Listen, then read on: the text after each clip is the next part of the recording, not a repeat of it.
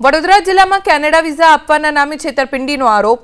કેનેડાની work permit વિઝાના નામે 3.5 કરોડ પડાવ્યાની ફરિયાદ। કંડારી ગામના દર્શન પટેલના વ્યક્તિએ ફરિયાદ નોંધાવી છે।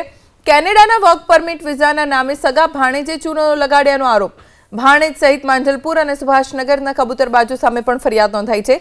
જૂની એર ટિકિટ અને વર્ક પરમિટ બતાવી છેતરપિંડી કરી મામીને કેનેડાના વર્ક પરમિટ વિઝા આપવાના નામે મામાનું મકાન પડાવ્યાનો પણ આરોપ છે। પરિવારના જ સભ્યએ છેતરપિંડી આચરી હોવાની ફરિયાદ નોંધાતા પોલીસે પણ તપાસ શરૂ કરી છે। ભાણેજ અને અન્ય 2 લોકો છે કે જેમણે મામા મામીને છેતરપિંડીનો શિકાર બનાવ્યા। જૂની એર ટિકિટ, જૂની વર્ક પરમિટ બતાવી અને મકાન પડાવી લીધું। પરિવારના જ સભ્યએ છેતરપિંડી આચરી હોવાની ફરિયાદ નોંધાતા પોલીસે પણ તપાસ શરૂ કરી છે। ભાણેજ અને અન્ય 2 લોકો છે કે જેમણે મામા મામીને છેતરપિંડીનો શિકાર બનાવ્યા। જૂની એર ટિકિટ, જૂની વર્ક પરમિટ બતાવી અને મકાન પડાવી લીધું।